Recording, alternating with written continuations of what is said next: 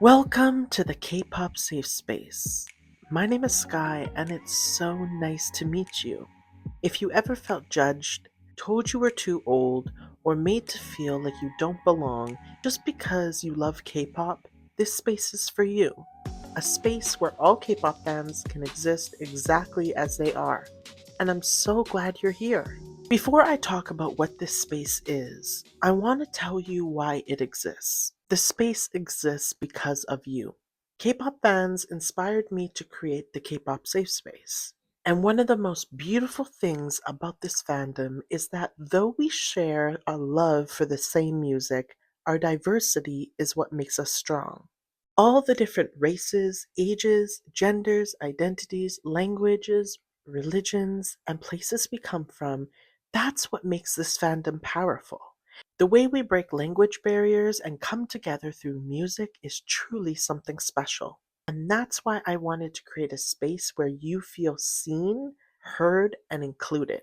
And before I fully share my story, I want you to know that I want to hear yours too. I'll be doing a recurring segment on this podcast called Tell Me Your Story, where you can share how K pop has impacted, saved, changed, or brought joy to your life. There's a Google form in the description where you can submit your story completely anonymous. You choose what you want to share.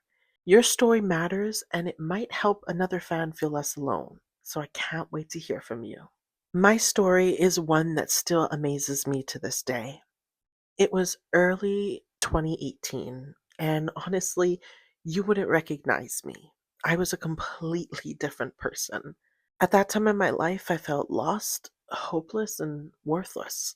I had just left a job that was very toxic, one that I thought was going to be my career, and I also walked away from a toxic friend group to start fresh.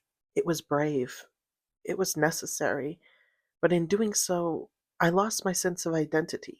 I didn't know who I was anymore, and I didn't know what I wanted with my life. I was in a very dark place, and I had very dark thoughts about myself. I had heard of BTS multiple times, but I had never given them a chance. And then one night, I finally did. I went on YouTube and I searched BTS, and the first video that caught my eye was the BTS UN speech from 2018. Little did I know that that moment would change my life forever. When RM took the podium, I remember how calm his voice made me feel. To this day, I still feel like that speech was meant for me. As he spoke, I couldn't stop crying. I felt like he was saying the words that I had been struggling to say myself about how I felt and where I was in my life. BTS really does find you when you need them. But the moment that changed everything was when RM said, "So I urge you to speak yourself. I would like to ask you all, what is your name, what excites you, and what makes your heart beat? Tell me your story." I remember listening to that and I broke down. I started sobbing because for the first time in a long time, I felt like someone wanted to know me, that my story mattered, that I mattered. I had forgotten what excited me. I had forgotten what made my heart beat. And in that moment, I realized I needed to rediscover myself. From that point on, I dove into Bangtan and their music. Jin's lyrics from Epiphany, "I'm the one I should love in this world," really made me look deeper at myself. And that became the start of my self love journey. Through BTS and K pop, I found community, I found friends, and I found myself again. So when people say K pop is just a phase, or they dismiss our love for it, I want to say this: K pop isn't just a music genre. For me and for so many others, it's a lifeline, it's joy, it's comfort, and it's home. And I truly wouldn't be who I am today or even be here creating this podcast if BTS hadn't found me when I needed them the most. That's my story. Thank you for letting me share it with you, and I hope to hear yours soon.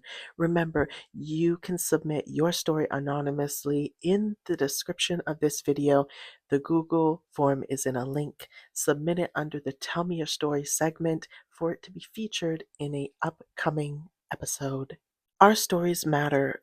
Our joy matters, and we don't need permission to love something that brings us happiness. Yet we've all heard the comments, "You're too old for K pop. Why do you listen to them? You don't even understand what they're saying. You're obsessed, and K pop is just for young girls." These comments try to dismiss and invalidate the meaning K pop has in our lives. The K pop safe space exists to do the opposite, to validate and empower you, not to shame you for your love of K pop, but to help you be proud of it. I always say this: the people who judge us are often lacking joy in their own lives.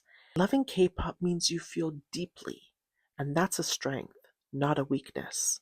The K pop safe space is a judgment free zone. It's a space where all K pop fans are welcome, regardless of your race, age, gender, identity, religion, language, or where you live in the world. Whether you're a new fan or a seasoned fan, whether you stan one group or many, you belong here. And to the fans who don't have anyone in their life to share K pop with, this space is for you. If your friends or loved ones don't understand your joy, you are not alone. This space is ours, and it always will be. Now, you might be asking, Sky, why did you choose YouTube for this podcast instead of a traditional podcast platform like Spotify, for example? The answer is simple. I wanted the K-pop safe space to be available to as many fans as possible.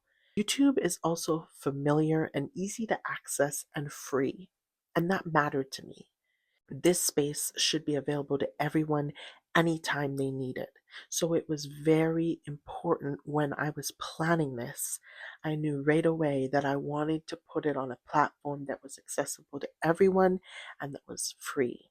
Moving forward, this podcast will be a place where we talk openly about fandom, community, and the K pop industry, always from a place of love and understanding. We'll learn together how to make fandom spaces safer, kinder, and more inclusive while celebrating the joy K pop brings into our lives. I also want to make sure your voice is heard. This brings me to our first segment: K pop fans, it's time for the Safe Space Spotlight.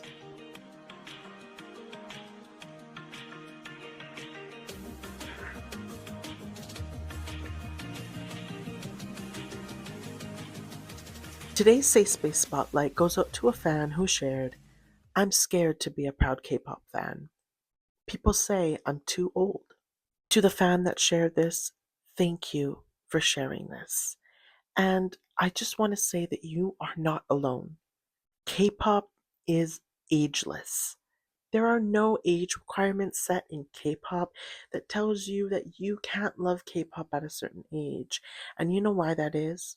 Because passion and joy does not dim with age. I think it gets even more strong. And there are so many beautiful adult and older K pop fans in our K pop community that are living proof of that. I do not know what space you're in, right? Maybe you are surrounded by people like friends, family, or a work environment that wouldn't be inclusive to your love of K pop if you did share that proudly. So I do want to validate and acknowledge that.